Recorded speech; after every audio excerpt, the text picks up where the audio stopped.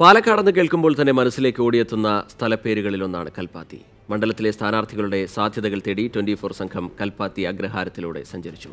വോട്ടർമാരുടെ പ്രതികരണം നോക്കാം. വോട്ടർ പട്ടിക.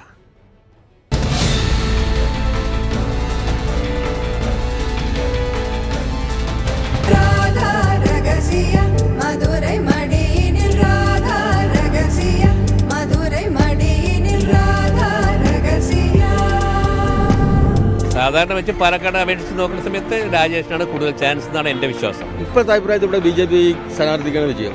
അത് 90%, 100% വിൽക്കാൻ സാധ്യതയുണ്ട്. കൃഷ്ണനാർജി ഇപ്രാവശ്യം ഇവിടെ ജയിച്ച് ഡൽഹിക്ക് പോകും. BJPക്ക് മുനിസിപ്പാലിറ്റി തന്നെ അയാൾക്ക് നോക്കാൻ സാധിച്ചിട്ടില്ല.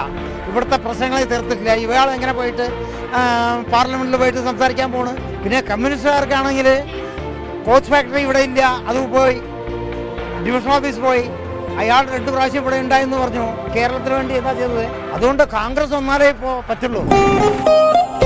പാലക്കാട് ത്രികോണ മത്സരമാണ്. മനസ്സിൽ നോക്കുകയാണെങ്കിൽ NDA സ്ഥാനാർത്ഥിക്കാണ് കൂടുതൽ സാധ്യത. നരേന്ദ്രമോദിയല്ല, അയാളുടെ മുപ്പപ്പം വന്നാലും ഈ ഇന്ത്യ എന്നാലും എന്തറിയോ ഒരു വൃത്തിയോട് കാണിക്കാൻ പറഞ്ഞാൽ അവനവന്ന് ആലോചിക്കണം.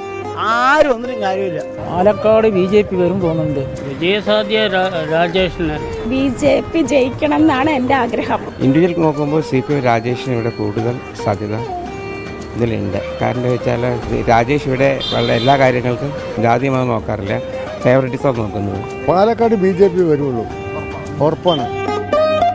3 വേണം, അത് 6 വന്നാലും കുഴപ്പമില്ല. നമ്മൾ കഷ്ടപ്പെട്ട് നമുക്ക് 10 രൂപ കിട്ടും, അല്ലാണ്ട് ഒന്നുമില്ല. എല്ലാവരും വരുന്നുണ്ട് പോണ്ട്, ഒന്നുമില്ല. ഒക്കെ ജയിക്കണ സമയത്ത് വരും. കാശിയിൽ പാതിയാണ് കൽപ്പാത്തി. പാലക്കാടിനെ അടയാളപ്പെടുത്തുമ്പോൾ കൽപ്പാത്തിയിലെ വോട്ടർമാരുടെ പ്രതികരണത്തിന് വലിയ പ്രാധാന്യമുണ്ട്.